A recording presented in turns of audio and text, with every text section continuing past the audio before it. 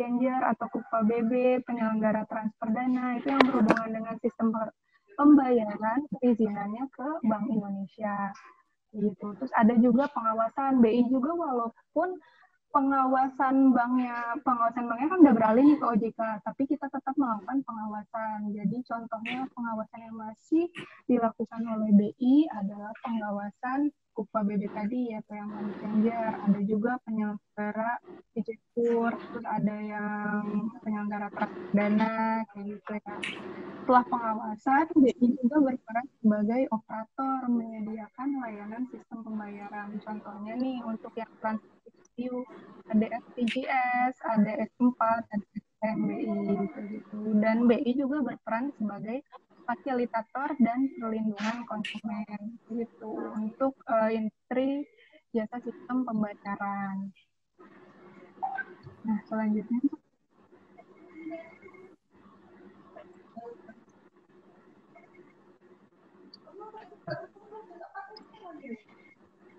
nah, jadi sistem pembayaran di Bank Indonesia ini dibagi dua ya. Ada yang high value, ada yang retail value. Jadi yang high value ini nilai besar. Gitu. Ini ada RTGS sama S4. RTGS sudah pada tahu kan ya? Transaksi RTGS. Dan untuk retail value ada yang diselenggarakan BI sama diselenggarakan oleh institusi lain. Contohnya kayak PMK, uang elektronik, gitu ya. Lanjut aja, Mas.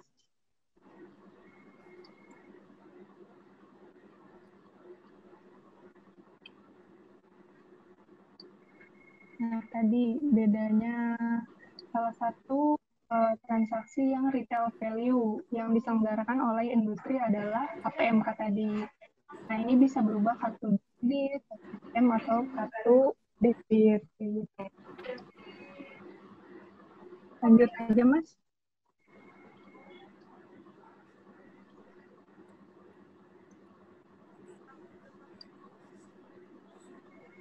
Yang asli, Mbak. Nah, ini jadi BI sekarang lagi punya kegiatan untuk mempromosikan pembayaran non tunai, apalagi di saat pandemi kayak gini kan. Nah, tadi pembayaran non tunai bisa lewat pembayaran yang lewat platform tadi, kayak gitu ya, atau menggunakan wallet, e-wallet, dompet elektronik, kayak gitu. Nah, banyak nih manfaat dari pembayaran non tunai. Contohnya, yang pertama bisa meningkatkan keamanan, terus kenyamanan bagi pengguna, terus efisien juga, dan mengurangi biaya pencetakan uang, kayak gitu. Selanjutnya.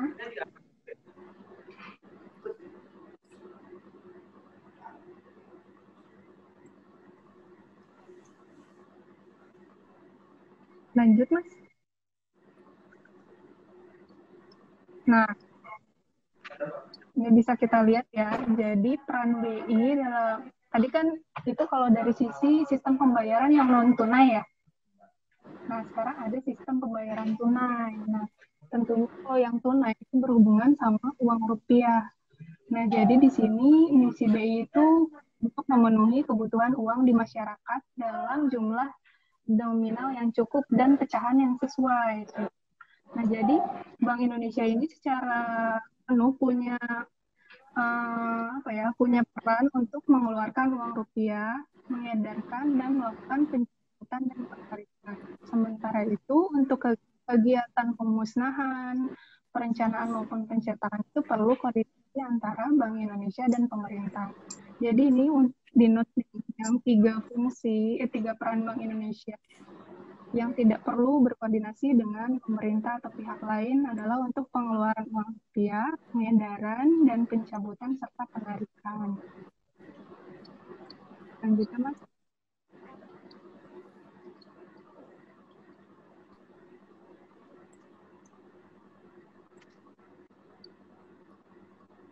Nah, gini.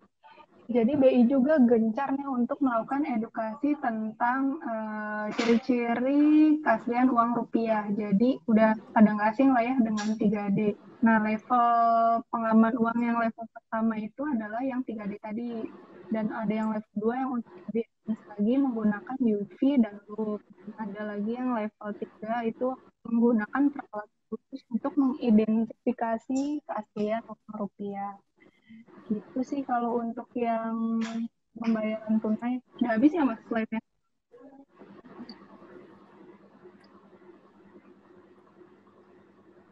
Iya, udah baik. Sekian mungkin yang bisa saya sampaikan. Terima kasih atas perhatiannya. Mungkin bisa masuk ke sesi diskusi aja kali ya. Atau gimana nih MC? Ya, baik. Terima kasih saya sampaikan kepada Ibu Putri Sofio Khairunisa. Untuk selanjutnya adalah sesi tanya jawab. Jadi sesuai instruksi, nanti teman-teman yang ingin bertanya mengenai materi kali ini bisa klik reaction ya, klik thumb di sini buat teman-teman yang mau tanya. Nanti akan saya pilih 3 penanya. Oke, silakan teman-teman. Ayo tanya, nanti dapat nilai dari Mbak Nani. Iya.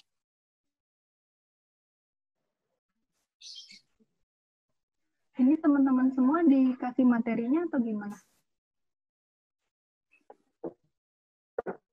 Udah punya materi semuanya kan ya? Belum, masih belum di-share sih Putri. Belum. Oke Mbak. Ada yang mau ditanyakan? Silakan. Ya, teman-teman silakan. Dapat hadiah loh.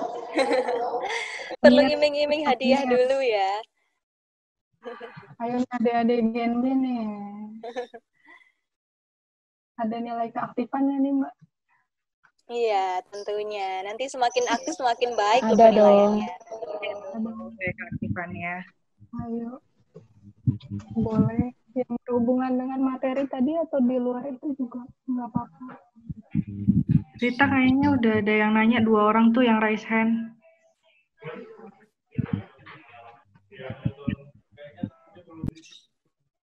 Oh iya.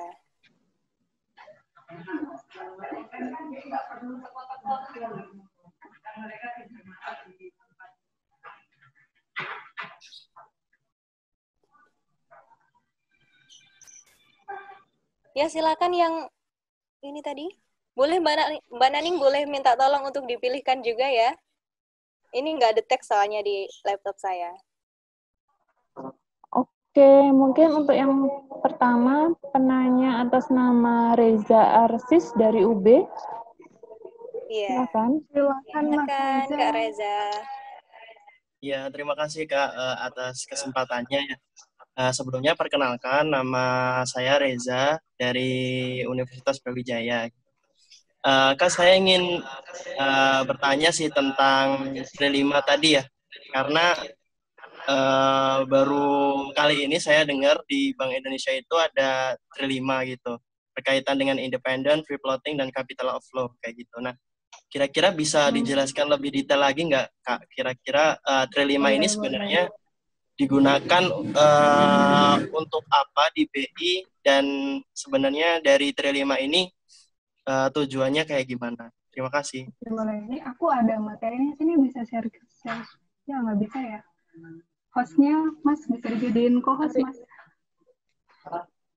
Putri minta dijadiin co-host. Ada nih materi tentang Tri5 nih. Oke, wait ya Putri. Sudah.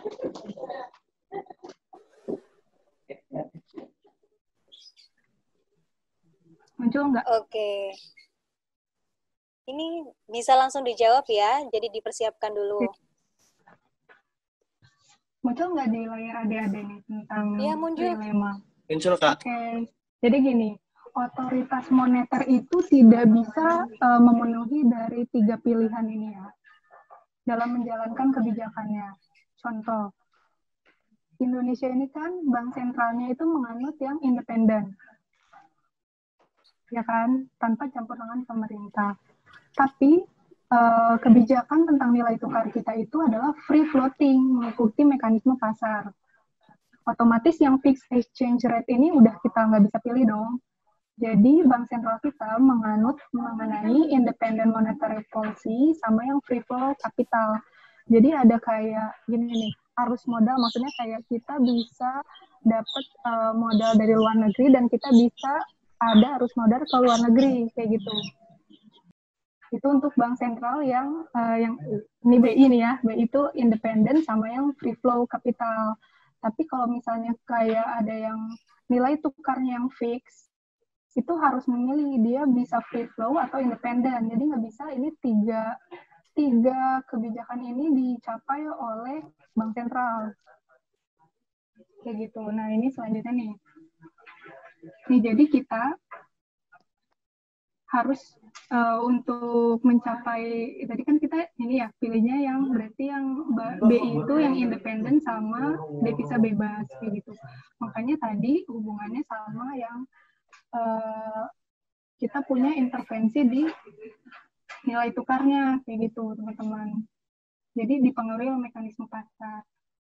Kayak gitu sih secara umum bedanya. Ini sih tayangannya kalau mau lihat lagi. Itu Mas Reza. Jadi hanya bisa pilih 2 dari 3. Itu ibaratnya trilema. Kalau dilema kan milih 1 dari 2. Kalau mahasiswa nih masih dilema. Kalau udah masuk ke dunia kerja jadinya trilema. Pilih 2 dari 3. Kayak gitu. Iya. Ada lagi? Ya, sudah jelas sekali ya penjelasannya dari Ibu Putri. Untuk Kak Reza dari UB bagaimana? Apa Ya, ada Kak. yang perlu ditanyakan? Sudah cukup jelas. Terima kasih atas Oke. kampanye. Ya, jadi trilema ya, harus pilih 2 dari 3 gitu. Oke, silakan penanya selanjutnya. Mbak Naning bisa dipilih dari Universitas Negeri Malang dan Universitas Islam Negeri Malang ya. Dari UB tadi sudah diwakilkan. Yang dulu ya. Mana ya?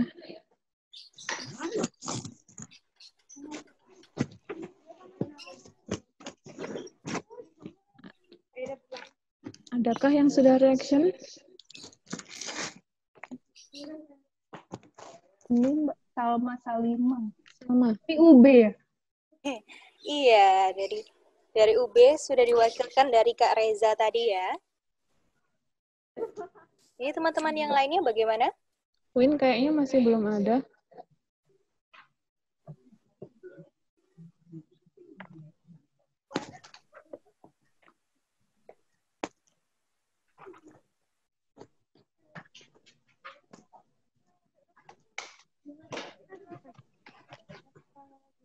Oke, mungkin yang UB lagi aja. Salma Salimah, dipersilahkan. Oke. Silakan Kak Salma dari UB. Terima kasih atas kesempatannya. Selamat pagi, perkenalkan saya Salma Salimah dari Universitas Brawijaya, jurusan Ilmu Komunikasi angkatan 2018. Nah, di sini saya memiliki 2 pertanyaan. Nah, yang pertama itu mungkin tadi belum terlalu dijelaskan secara lebih rinci ya. Bagaimana sih peran bank sentral itu dalam menghadapi krisis? Nah, khususnya studi kasusnya itu di masa pandemi COVID seperti sekarang, apalagi waktu pertama COVID itu mulai ramai di Indonesia, itu kan nilai tukar rupiah sempat anjlok gitu kan. Nah, itu peran bank sentral itu seperti apa sampai kok bisa nilai tukar rupiah itu kembali sedikit naik lagi gitu. Nah, yang kedua ini peran, kan kalau itu ada kantor perwakilan wilayahnya kan ya, seperti saya tahu. Nah, seperti yang ada di Malang itu. Nah, peran dari kantor perwakilan wilayah ini sebenarnya seperti apa sih? Itu, terima kasih. Sama-sama. Oke. Jadi kita bahas dulu ya. Ada 2 pertanyaan. Ibu Putri silakan, kami persilakan. Yang pertama dulu nih. Kalau kita bahas krisis yang sekarang ya, kalau sekarang kan bukan krisis keuangan ya, lebih ke tentang kesehatan kayak gitu. Jadi otomatis perlu tadi kebahas yang di awal. Jadi BI itu kan sebagai mitra dari kayak gitu. Khususnya di sini Kementerian Keuangan. Nah, kalau misalnya hubungannya dengan tadi nilai tukar, jadi di BI ini di pusat itu kita melakukan, jadi gini kan tadi fluktuasi nilai tukar itu kan bisa dipengaruhi sama faktor fundamentalnya ya. Nah, karena kita lagi di krisis bukan krisis ya, lagi di masa pandemi COVID ini, itu kan kalau misalnya kita lihat dari faktor fundamentalnya, nah inflasi pada saat pandemi ini itu kan di Indonesia cukup rendah ya, kayak gitu. Jadi ibaratnya nilai tukar kita ini masih under value, kayak gitu. Jadi kan nggak hanya dipengaruhi oleh supply demand, dan tadi bisa dilihat dari tayangan itu juga dipengaruhi sama kegiatan ekspor impor. Itu untuk yang tadi supply demand-nya kan pasti dipengaruhi sama kegiatan perdagangan ya, kayak gitu. Dan otomatis pada saat krisis ini permintaan terhadap nilai tukar itu kan nggak begitu banyak, kayak gitu. Selain itu juga BI punya intervensi lewat pasar spot, kayak gitu, forward, hedging, ya itu istilah-istilahnya aja sih, kayak gitu. Nah, kenapa sih? Makanya kan sekarang kita bisa kembali ke cukup menguat ya rupiahnya. Jadi karena itu disebabkan oleh faktor fundamentalnya nilai tukar rupiah terhadap mata uang asing ini masih under value. Itu dipengaruhi sama faktor-faktor fundamental maupun demand dari nilai tukar itu sendiri, kayak gitu. Nah, intervensinya lewat pasar spot, forward, kayak gitu ya. Dan untuk yang kedua, peran BI di kantor perwakilan. Jadi kan tugas pokoknya tadi ada di moneter, sistem stabilitas sistem keuangan, sama sistem pembayaran ya. Sama di KPW pun melakukan kegiatan itu, tapi kayak regulasinya itu ditentukan oleh kantor pusat. Kalau misalnya dari moneternya nih, di BI ini ada yang sektorialnya juga, kayak ada pengembangan UMKM, pengembangan ekonomi pesantren, pengembangan syariah, kayak gitu.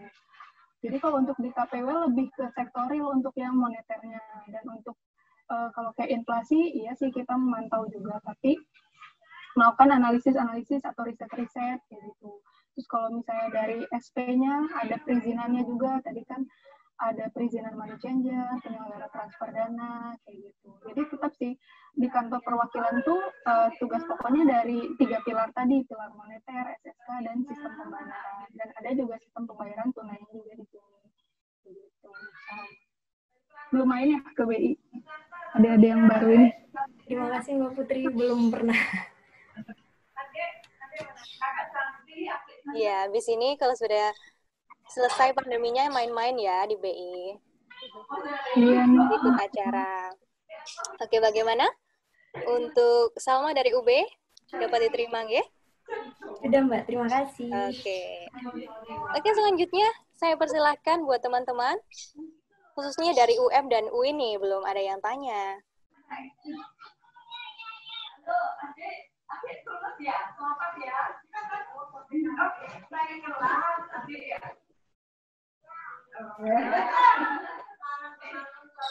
Ya, ini ada pertanyaan yang masuk ya. Dari chat.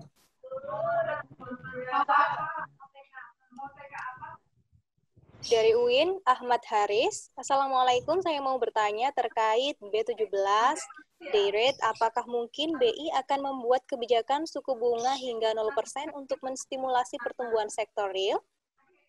Oke. Jadi, Ibu Putri ada pertanyaan masuk dari Kak Haris dari UIN. Oke. Jadi, Mas Haris, terima kasih pertanyaannya. Nah, untuk BI 7 days reverse repo rate ini, itu kan setiap kali diumumkan pada saat rapat Dewan Gubernur ya. Nah, selain BI 7 days reverse repo rate ini, ada juga yang namanya deposit facility sama lending facility. Nah, jadi BI 7 days reverse repo itu berada di tengah-tengah antara lending sama yang tadi deposit facility, kayak gitu, besarannya ya. Nah, ini untuk yang 0%. Sementara sih belum ya untuk stimulus sektorial. Nah, tapi untuk yang RDG bulan ini, itu memang kita ada penurunan BI 7 days reverse repo. Jadi, ini kan hubungannya dengan transmisi ya. Jadi gini, kalau misalnya pas BI netapin BI 7 days itu ada namanya lending facility sama deposit facility. Contohnya, ini transmisinya ke perbankan. Kayak gitu. Ini ibaratnya kayak kita nih, kita nabung di bank, itu kan dapat bunga ya. Tapi kalau misalnya kita pinjam uang ke bank, itu kita harus bayar bunga. Gitu. Nah, ini juga berlaku dengan Bank Indonesia kayak gitu. Jadi, kalau misalnya ini 0%, nah yang deposit facility itu pasti minus kayak gitu. Karena deposit facility itu di bawah BI 7 days. Jadi niat kita untuk menstimulasi pertumbuhan sektor real ini kan lebih ke yang lending facility-nya tadi ya. Kayak gitu. Jadi kalau misalnya gini nih, kalau misalnya suku bunganya 0, berarti deposit facility-nya nanti jadi minus kan. Otomatis kan Bank Indonesia itu jadi bank-bank itu kan punya GWM, punya akun di Bank Indonesia kayak gitu.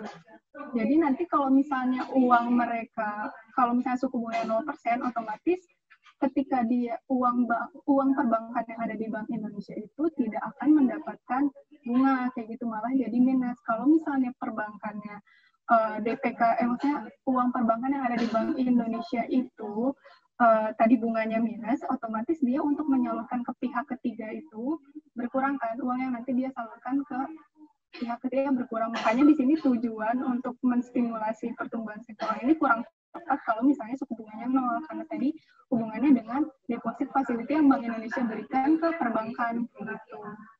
Transmisi singkatnya.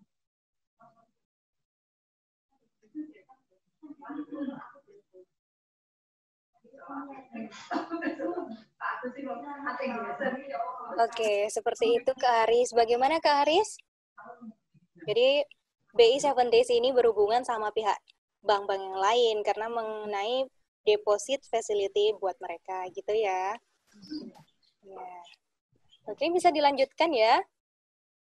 Ini ada pertanyaan masuk lagi dari Kak Rohman dari UM. Oke, Kak Rohman silakan bisa diaktifkan mikrofonnya.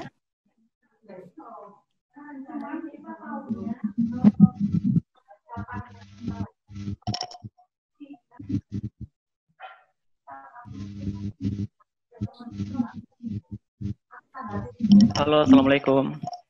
Waalaikumsalam warahmatullahi wabarakatuh. Saya mau tanya, Mbak. Saya dari UM, MIPA.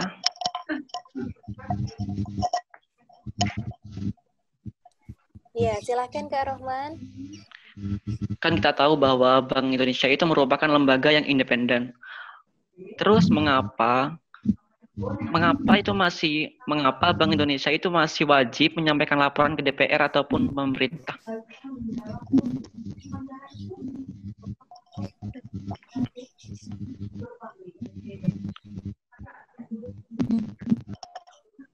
Udah. Iya, Mas Rohman. Sudah.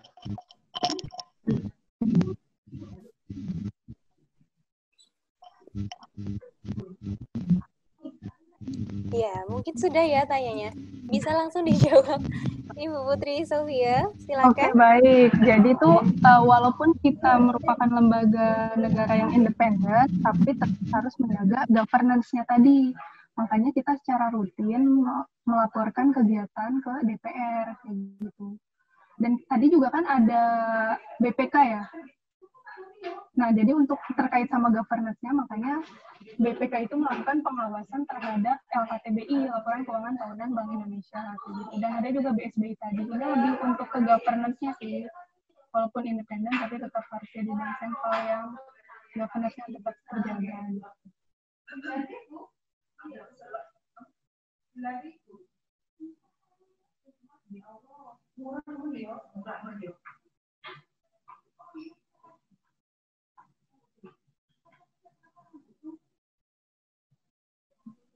Iya, bagaimana? Dari Kak Rohman, dari UM?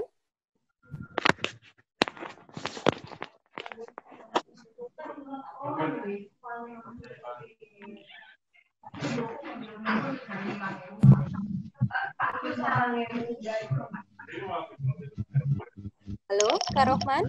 Halo. Iya, bagaimana tanggapannya? Sudah. Terus pihak BI-nya itu melaporkan ke DPR-nya itu setiap tahun apa gimana, Kak?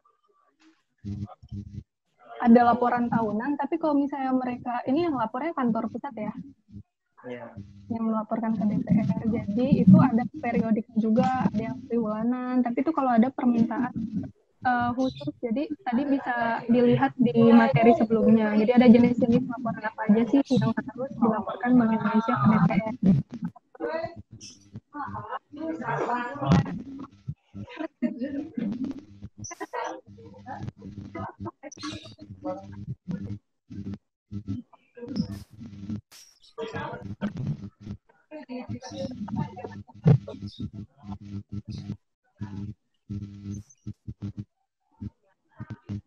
Mungkin nanti bisa di-share Mbak Naning tayangannya ke adik-adik. Iya, Putri. Belajar lebih lanjut. Ada lagi? Why?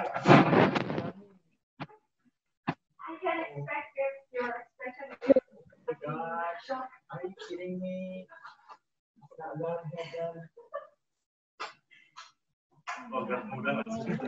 Ada yang nanya melalui chat juga ini, Putri. Real? Dari UM, Muhammad Rafli. Assalamualaikum, saya ingin bertanya, apa dampak dari setiap perubahan sistem pembayaran terhadap nilai tukar mata uang dan inflasi? Perubahan maksudnya apa ya? Perubahan sistem dari tunai ke non-tunai gitu. Iya kayaknya. Atau mungkin bisa langsung melalui video aja. Muhammad Rafli dari UM.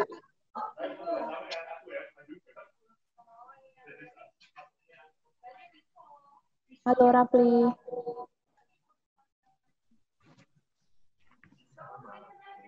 Halo. Halo Rafli. Halo.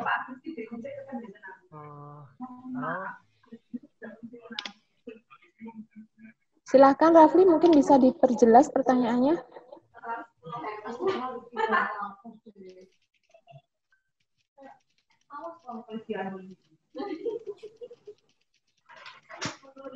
Ya, halo Kak. Nah, iya sudah tersambung. Silakan, Ya, silakan. Kak Rafli. Halo, selamat siang, Kak. Jadi saya ingin bertanya, kan tadi di materi itu terdapat evolusi atau perubahan dari sistem pembayaran.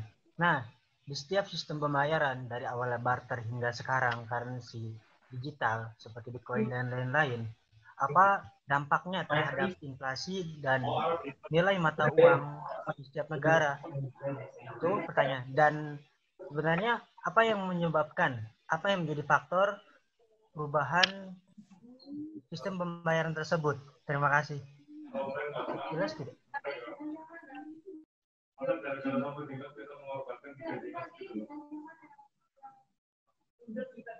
Apakah jelas? Terkait evolusi berarti ya? Iya.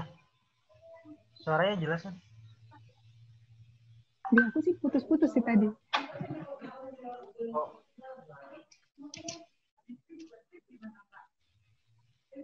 Iya, mungkin bisa diulangi lagi ya, Kak Raffi. Tadi suaranya agak putus-putus. Mungkin lebih dekat dengan mikrofonnya.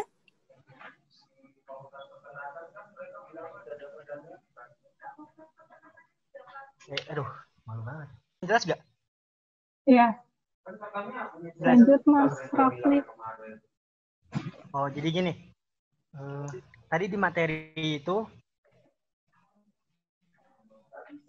di materi Bank Sentralan terdapat sistem pembayaran, perubahan sistem pembayaran. Jelas masih kedengeran? Iya, masih. Oh. Nah, lalu dampak dari setiap perubahan sistem pembayaran tersebut dampak ke nilai mata uang, nilai tukar uang, nilai tukar mata uang, nilai mata uang, dan inflasi itu apa? Dampak dari perubahan tersebut. Dan faktor yang dapat menyebabkan perubahan itu tersebut apa? Begitu. Terima kasih. Oke, revolusi itu kan pasti terjadi karena adanya perubahan besar ya. Dan sesuai sama kemajuan zaman. Ini langsung aku jawab aja kan ya? Iya. Oke, jadi tadi hubungannya, apa sih hubungan?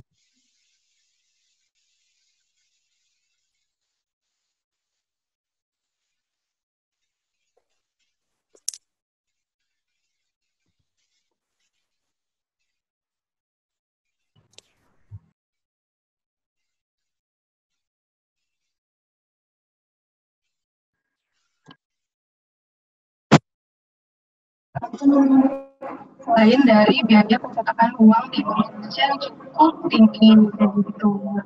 Itu sih sebenarnya transmisinya dari jumlah uang yang beredar. Kalau misalnya semakin banyak uang yang beredar itu bisa meningkatkan inflasi gitu. Cerita singkatnya.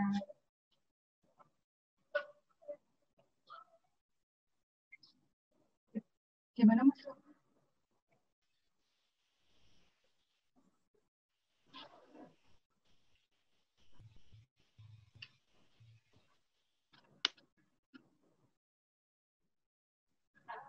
Tadi kayaknya sempat nge-lag Putri. Di awal tadi nggak kedengeran suaranya. Iya. Jadi langsung di tengah tadi penjelasannya. Oke. Jadi gini. Minta maaf. Salah satu faktor pendorong inflasi itu salah satunya adalah jumlah uang yang beredar di masyarakat. Kayak gitu. Dan kenapa sih adanya evolusi itu sendiri? Evolusi kan pasti ada perubahan besar yang terjadi ya. Kenapa bisa ada evolusi? Dan makanya sekarang Bank Indonesia lebih gencar untuk penggunaan sistem pembayaran yang non-tunai. Yang tadi udah sempat dibahas apa aja sih manfaatnya. Secara umum sih kayak gitu kalau hubungan antara jumlah uang yang beredar sama inflasi. Gitu.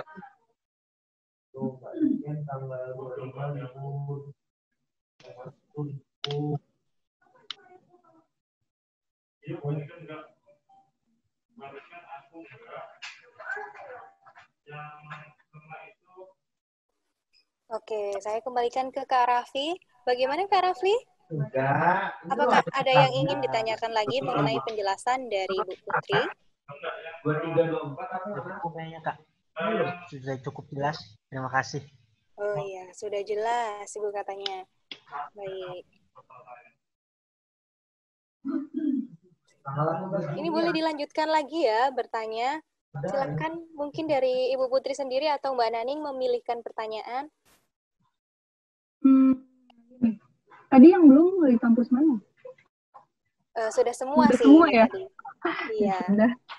Uin Putri mungkin tambah satu lagi nih, Fadila Eka. Ya, silakan. Dari Kak. Saya ingin bertanya, peran BI dalam menjaga kestabilan ekonomi Indonesia saat ini bagaimana ya? Lalu, kenapa BI harus menjaga independensi dan transparansi? Mohon dijelaskan. Oke. Mbak Ika, ini kalau yang pertanyaan kedua udah lah ya, jelas dibahas tadi. Nah, kenapa sih kita perlu menjaga kestabilan ekonomi Indonesia saat ini? Saat pandemi gitu maksudnya? Iya. Saat pandemi ya? Iya, Kak. Oke. Jadi nih, ini kan otomatis kalau misalnya pas pandemi COVID ini, dari sektor-sektor industri itu kan pasti lagi lumpuh ya. Kayak gitu. Nah, tapi untuk menjaga kestabilan ekonomi ini biasanya Bank Indonesia transmisinya lewat ke perbankan dulu. Kayak gitu. Jadi kan ini berhubungan sih sama pertanyaannya siapa ya? Tadi soal ya gini, kalau misalnya otoritas fiskal itu kan bisa ngasih tambahan bantuan ya selama masa pandemi ini. Kalau BI itu lewat tadi balik lagi ke yang SSK tadi. Jadi kita melonggarkan GWM ke perbankan, kayak gitu, menurunkan tingkat suku bunga. Jadi yang bisa BI lakukan itu transmisinya lebih untuk ke lembaga keuangan, kayak gitu, tidak secara langsung ke sektor real. Kalau untuk langsung ke sektor itu lebih ke otoritas fiskal, kayak gitu.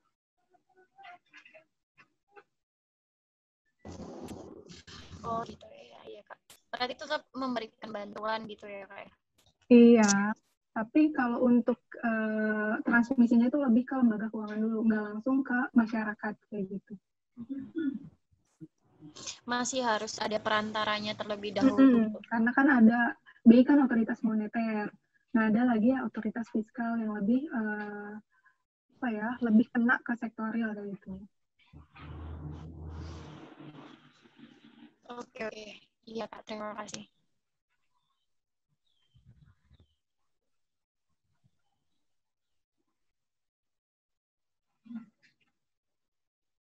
Oke, pertanyaan selanjutnya mungkin dari ini UM Arselinus Ukel. Assalamualaikum, saya mau bertanya peran BI, apa ini Kak ini? Mengelola uang rupiah di Indonesia dari perencanaan, percetakan, dan lain-lain di mana BI dan pemerintah saling koordinasi. Nah, pertanyaan saya, mengapa di Indonesia masih banyak memiliki utang ke negara lain?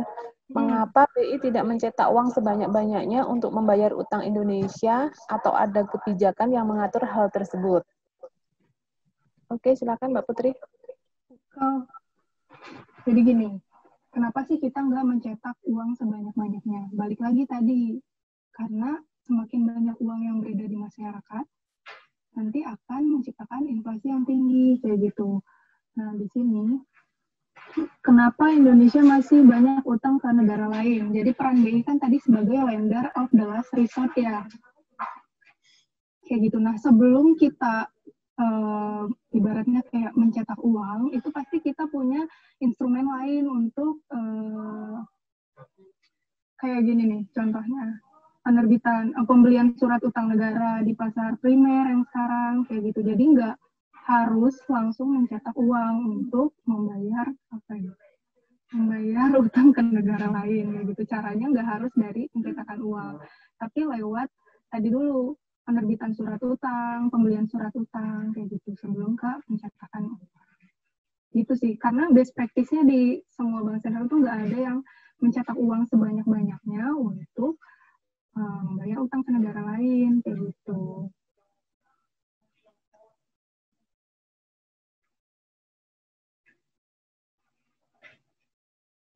Oke, bagaimana Arselinus? Iya Kak, terima kasih. Oke, terima kasih. Selanjutnya pertanyaan dari Indrika Dwi Rahma dari UM. Kak, saya mau tanya, saat ini kan pandemi merajalela berdampak dari segi ekonomi Indonesia.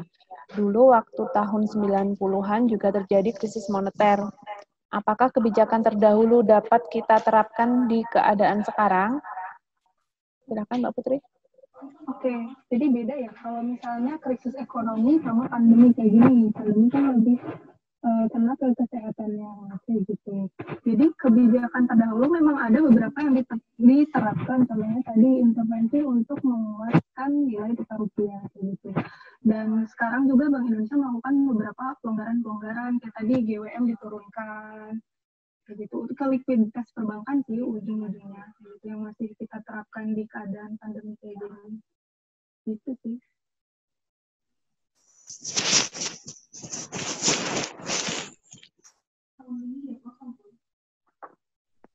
Baik, bagaimana Indrika?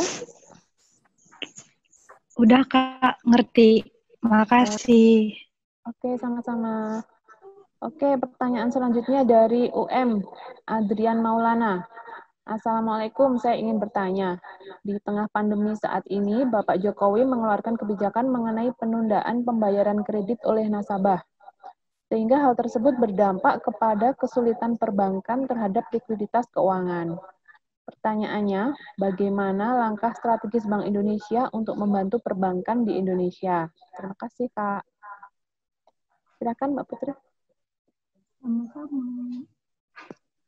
Nah, jadi restrukturisasi kredit itu kalau misalnya kebijakannya lebih tepat ke OJK ya, teman-teman. Nah, kalau misalnya langkah BI untuk membantu likuiditas perbankan itu yang tadi, kayak contohnya penurunan GWM. Jadi untuk supaya bank punya likuiditas yang lebih untuk disalurkan lagi ke masyarakat kayak gitu. Makanya GWM yang wajib di BI itu diturunkan. Itu sih contoh menjaga likuiditas. analisis BI untuk menjaga likuiditas perbankan lewat GWM sih. Giro wajib minimum. Nah ya, dari tadi ngomong GWM, giro wajib minimum ya teman-teman. Oke, bagaimana Adrian?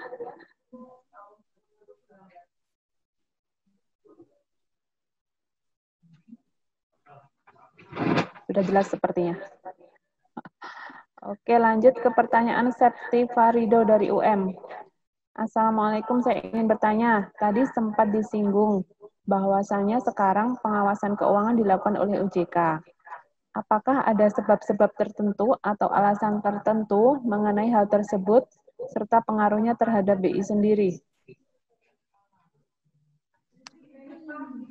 Oke, baik. Jadi tadi kan sesuai dengan undang-undang yang terbaru, untuk pengawasan perbankan itu dialihkan ke OJK, kayak gitu. Nah, sebab-sebab pengaruhnya terhadap BI sendiri. Nah, jadi setelah dialihkan itu BI fokusnya bukan melakukan pengawasan secara individual bank atau lembaga keuangan, tapi lebih secara keseluruhan yang makroprudensial tadi, kayak gitu. Jadi setelah pengalihan tugas pengawasan itu, jadi BI fokusnya ke makroprudensial, bukan ke mikroprudensial lagi. Gitu, Mbak Septi.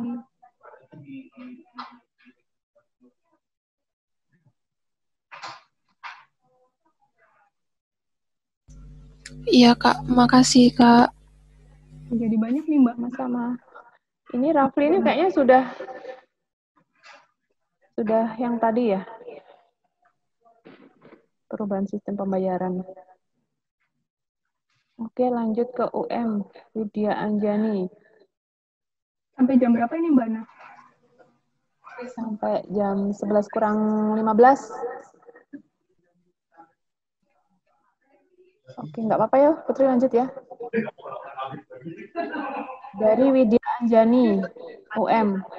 Selamat pagi, saya ingin bertanya, tentunya setiap kebijakan Bank Sentral memiliki risiko.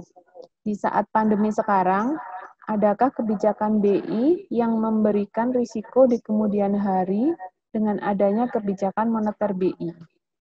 Seperti kebijakan ekspansi moneter BI yang baru-baru ini telah dilakukan oleh Bank Sentral. Jadi gini Mbak Widya, kalau kebijakan Bank Sentral itu harus melihat dengan kondisi perekonomian, dan saat pandemi ini kan berarti lagi turun nih. Otomatis kalau misalnya keadaan ekonomi lagi turun, itu perlu dilakukan ekspansi. Jadi countercyclical kalau kebijakan moneter itu.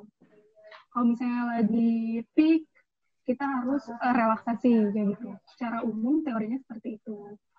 Gitu. Untuk risiko sih sejauh ini karena faktor fundamental kita masih oke ya.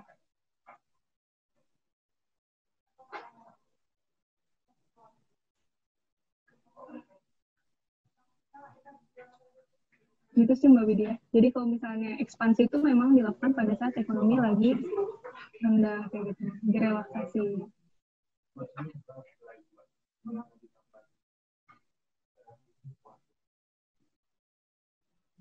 Oke, selanjutnya pertanyaan dari UB M. Huzaifah. Adakah kemungkinan dolar digantikan oleh mata uang lain selain mata uang internasional? Yang kedua, kenapa dalam transaksi di seluruh dunia tidak memakai mata uang yang sama? Karena menurut saya sebaiknya sama, sehingga terciptanya kestabilan dan kesetaraan. Contohnya tidak ada lagi kasus seperti negara Zimbabwe yang mata uangnya sangat rendah. Yang nomor 1 kayaknya belum ya. Dan untuk yang nomor 2 ini, nah jadi BI ini punya yang namanya DNDF. Ada yang tahu? Jadi DNDF itu kayak kerjasama dengan negara lain. Itu kalau misalnya untuk transaksi kita pakai mata uang di negara tersebut, nggak harus pakai dolar. Jadi salah satu upaya BI tadi kan salah satunya intervensi falas bisa lewat spot, forward kayak gitu. Nah, ada yang namanya DNDF, panjangannya domestic non deliverable kayak gitu. Jadi misalnya kita kerjasama sama Thailand nih, DNDS-nya dalam kegiatan ekspor impornya itu tidak harus menggunakan dolar, tapi bisa menggunakan untuk ekspor tetap rupiah dan untuk impor tetap baht Thailand kayak gitu. Jadi mengurangi permintaan dua negara tersebut terhadap dolar kayak gitu. Itu salah satu cara untuk menstabilkan nilai rupiah nilai mata uang di negara masing-masing lewat transaksi DND. Gitu. Selama BSI udah bekerja sama dengan beberapa negara untuk yang transaksi DND itu. Gitu sih.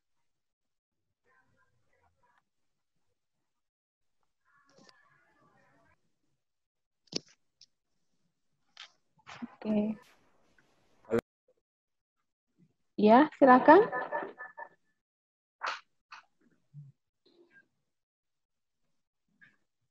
Ada yang mau memberikan tanggapan?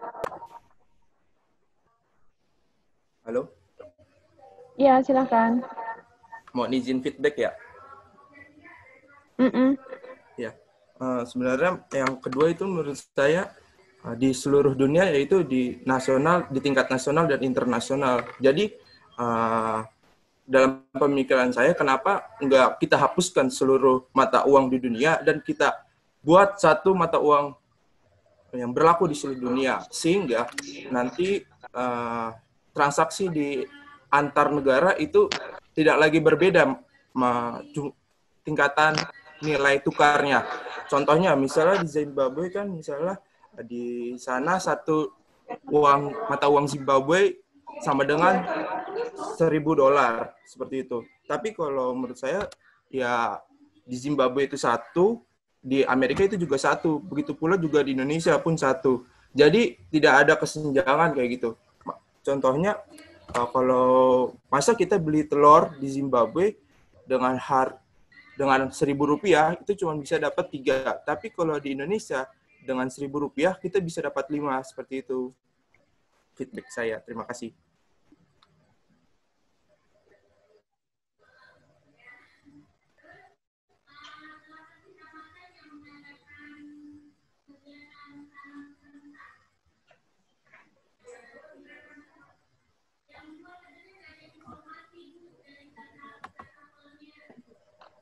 Silakan Mbak Putri, mungkin ada tanggapan?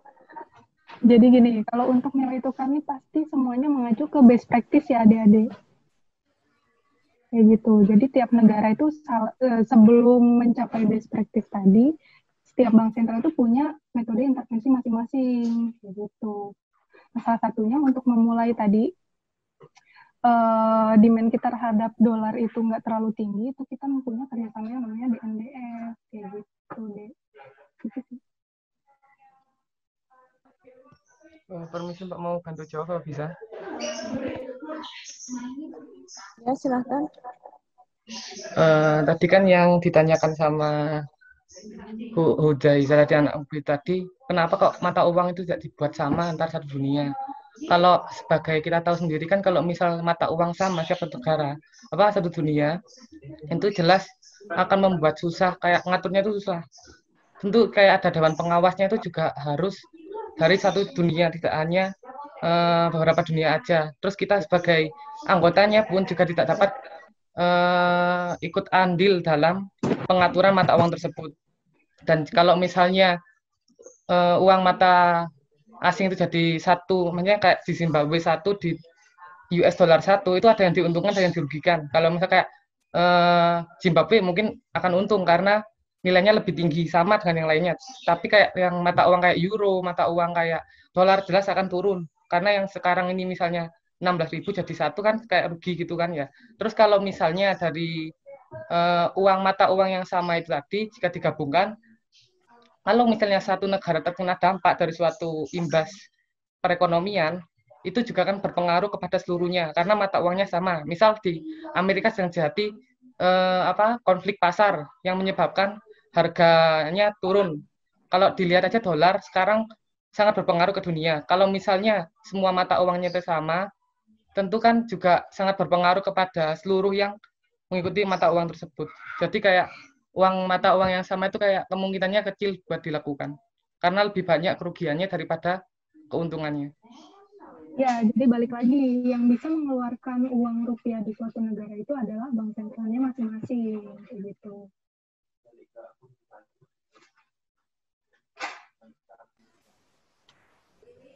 Oke, terima kasih.